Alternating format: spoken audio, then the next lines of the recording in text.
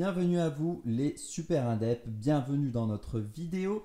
Cette semaine, un sujet qui me tient à cœur, c'est quoi les avantages et les inconvénients de l'auto-entreprise? Parce que j'arrête pas d'inventer les mérites, mais il y a aussi des limites qui sont très importantes dans ce statut, et c'est de ça que je voudrais vous parler aujourd'hui.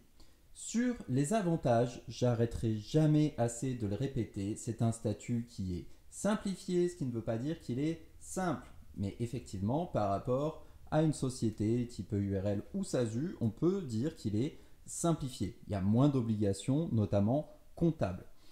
L'autre gros avantage, c'est que les cotisations sociales sont calculées sur un taux fixe de notre chiffre d'affaires. C'est justement ce qui permet d'avoir quelque chose de très simple et c'est aussi ce qui permet de ne rien payer si on ne gagne rien, ce qui est aussi assez rare en réalité dans l'entrepreneuriat puisque souvent il y a des forfaits minimums à payer même si on ne gagne rien. Eh bien, ce n'est pas le cas quand on est auto-entrepreneur.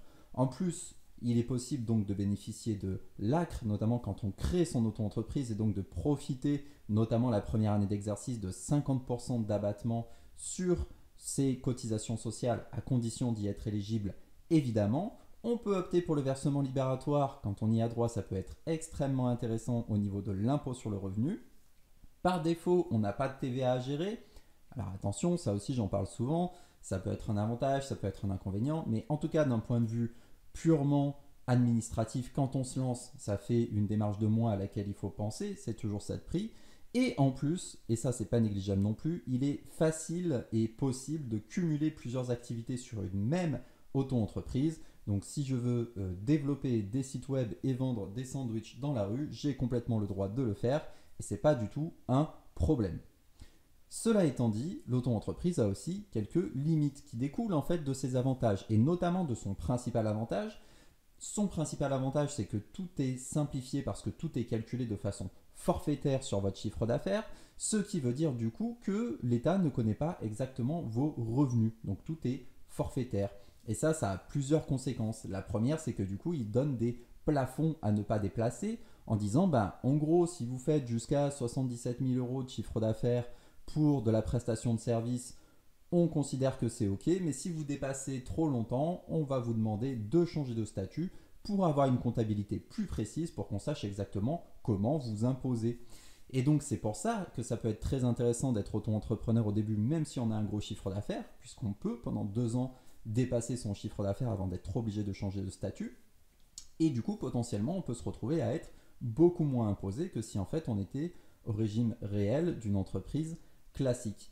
Donc il faut bien faire attention à ces seuils, c'est obligatoire, et il y a le seuil de chiffre d'affaires, mais il y a aussi le seuil de la TVA, parce que je vous ai dit avant que par défaut vous n'étiez pas éligible, mais en vérité, si vous dépassez notamment pour du service 39 100 euros par an, vous êtes obligé de toute façon de gérer votre TVA, et donc ça fait partie des choses auxquelles il faut penser. Alors, il y a tout un tas de bonnes raisons aussi de passer à la TVA avant d'atteindre ce seuil. Je vous encourage à le regarder. D'autres vidéos qui parlent de ça, notamment chez Super Indep. Le principal avantage, c'est que quand vous êtes à la TVA, vous pouvez aussi récupérer la TVA sur vos dépenses pro et donc vous n'êtes pas obligé d'atteindre ce fameux seuil pour y passer.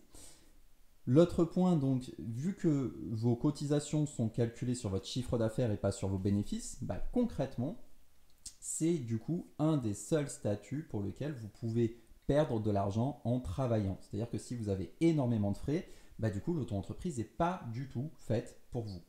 Prenons un exemple pour bien comprendre ce qui se passe. Si je prends quelqu'un qui voudrait faire de l'achat-revente de véhicules d'occasion, pourquoi pas? Il pourrait du coup acheter une voiture 9 000 euros pour la revendre 10 000. Il pourrait se dire il va gagner 1 000 euros, c'est pas si mal. Ouais, sauf que du coup, là, d'un point de vue purement technique, d'un point de vue entrepreneurial, il a eu 9 000 euros de frais juste pour son achat-revente. Donc cette personne finalement, quand elle va devoir, si elle a choisi le statut de micro-entrepreneur, quand elle va devoir payer ses cotisations sociales, vu qu'elle va déclarer son chiffre d'affaires, peu importe les frais qu'elle a eu, elle va dire j'ai gagné 10 000 euros. Et donc elle va être imposée à 12,3%, c'est les cotisations sociales pour de l'achat-revente de l'URSSAF quand on est micro-entrepreneur. Donc 12,3% de 10 000 euros, c'est-à-dire 1 230 euros. Et du coup, elle va payer 1 230 euros de cotisation sociale alors même qu'elle avait fait seulement 1 000 euros de bénéfices sur son activité. Très concrètement, et là je vous parle même pas en plus de ce qu'elle va payer derrière en termes d'IR et de CFE, mais rien que sur l'URSSAF, cette personne du coup va perdre 230 € par mois en travaillant. Donc ça c'est quelque chose qui n'est pas assez su. Attention, l'auto-entreprise c'est pas non plus un statut magique, il a des limites et notamment cette limite principale du fait que c'est pas du tout adapté pour les activités qui ont beaucoup de frais. Et donc attention à ce petit détail, notamment pour les gens qui font du dropshipping ou qui font de l'achat-revente de ce type-là. Voilà, c'est ce que je voulais vous dire cette semaine sur les avantages et les inconvénients de l'auto-entreprise. C'est un statut qui est relativement imbattable quand on a peu de frais, mais si on a beaucoup de frais, il faut vraiment faire très attention pour ne pas perdre de l'argent avec.